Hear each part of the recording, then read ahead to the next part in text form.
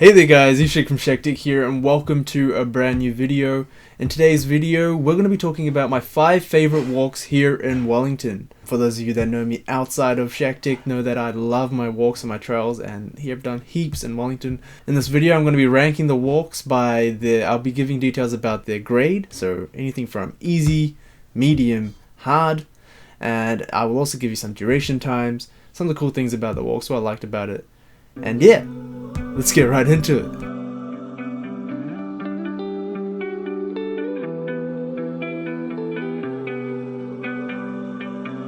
Also to note, all trails and walks I talk about in this walk, they all can be completed within a day. Most of them are only a couple of hours. You have the option to do one-ways and round tours, and I'll mention them as we go along. So up first is the Putangirua Pinnacles walk. This is out at Cape Palliser. It's about 1.5 to 2 hours drive from Wellington Central. You have to go over the Rimutakas and go along the coast towards Cape Palliser. The drive itself is really nice, really cool little drive through the countryside. Not many vehicles out there and a lot of nature and scenery as you drive through there. But getting to the walk itself can be anywhere from 2 to 4 hours return. There's a couple of trails. You can go up to a lookout and go back if you want to the car for a shorter trail. The trail itself, return all the way up to the Pinnacles and back, is only about 3 kilometers. In terms of the walk, I'd rank this as an easy to medium. There's not really any grey in terms of elevation. It's mostly flat the whole way. There are a couple of stream crossings. I would warn not to go there straight after a heavy rain, as there is actually a river and stream that runs through the trail that you walk across. But during regular season when it's dry, it's fine to cross. The hardest part would be towards the end when you actually want to go into the Pinnacles and walk amongst the Pinnacles. That's quite a little bit of a steep walk up a rocky riverbed. But other than that, the overall walk is actually pretty easy, not many inclines and whatnot. So I rank it an easy to medium, depending on your fitness level and how you'd find that incline at the end. And what makes this walk really unique is just that pinnacle formations themselves. You may have seen them in Lord of the Rings as well, and yeah, it's quite beautiful, and even just the drive there is actually really nice as well. Next up, number 2 on my list is the Makara Beach walk. Now, the Makara Beach walk, there is multiple walks as well, again, depending on what difficulty you want to do, but I would rank this from medium to hard. It's beautiful out there, but you're quite exposed to winds, so you can get quite exposed to the climate out there. There's not much shelter. You're walking pretty much along the coast, so the wind is quite strong, and weather can change quite quickly out there. But other things are there is quite a couple of steep inclines to get to the top of the viewpoints, from both doing the long walk or the short walk. But once up the top, you get some great views of all the windmills. You have some old World War II bunkers up there, and just great views out to the Makara Beach and the Pacific Ocean out there. But if you're going to be doing the full tramping circle, it can take about 1 to 6 hours.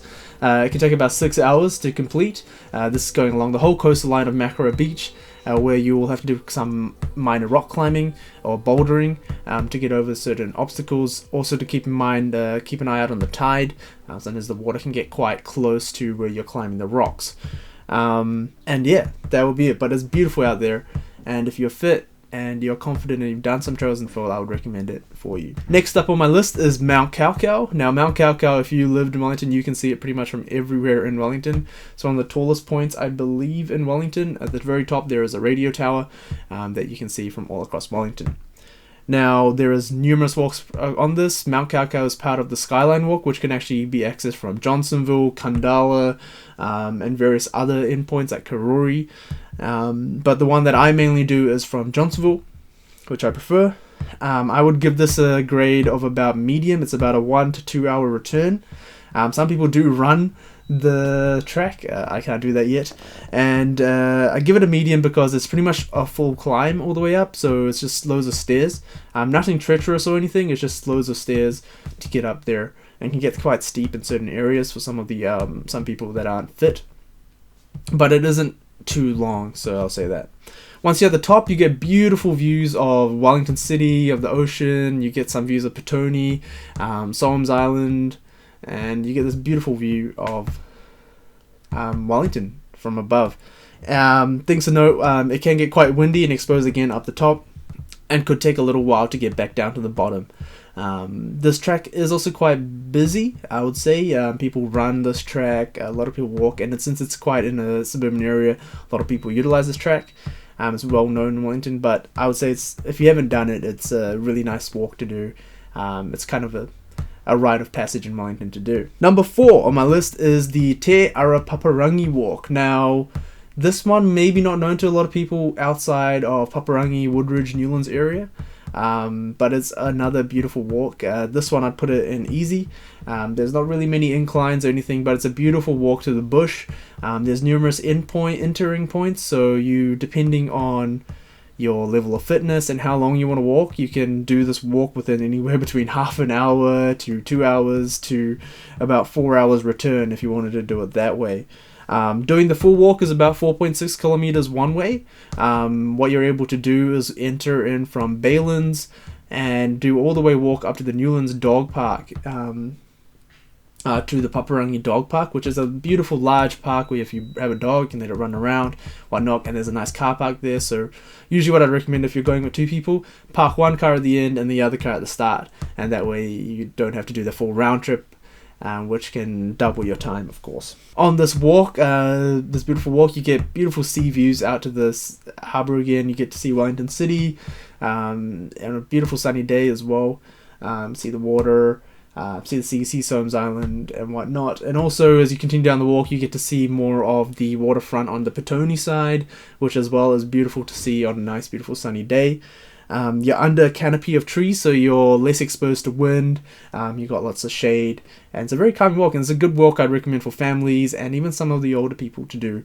As I said again, there's not much inclines and difficulty in this. Then last on my list, number 5, is the Bearing Head walk in Wainui Mata. This is one of my favorite walks so to date. Bearing Head has a beautiful lighthouse at the end of the walk. It is also a mixture of walking through the valleys and walking along the coast. The walk itself is quite quiet, surprisingly, and I would give it a rating of about a medium. That's saying because there is a bit of an incline. You have to climb up the valley and up the hill to get over, and then you get the beautiful views from above of Wellington, and you get like a nice like a fog cloud, and you see the Pacific Ocean, and you see sometimes the South Island. Again, amazing views up there. You're amongst the sheep as well, which is really cool. You walk along through a farm, which is awesome. You have the option to walk along the coast, camp out on the coast, which I saw a couple of people doing, and also going to the lighthouse through the farms. The walk itself, if you're doing the full loop, is about 6.8 kilometers. If you're doing the full loop, but there is also again multiple entry points and ways you can do this. You can do it in a couple of hours if you just wanted to walk back to the lighthouse and come back, instead of doing the full loop. And yeah, the only downside of this walk is again you're quite exposed, so check the weather beforehand. It can get quite windy out there as there's nothing stopping you from that sea breeze. And yeah, pack a good lunch, get some food and eat on the beach. It's a beautiful little walk. And yeah, so those are my top 5 favorite walks in Wellington. Let me know down below if you want me to do a part 2. I do heaps of walks in Wellington. And also let me know down below if you have any walks you'd recommend in Wellington down below in the comments. Thank you very much for watching. Take care. And as always, I'm One, and I'll see you in the next one. Peace.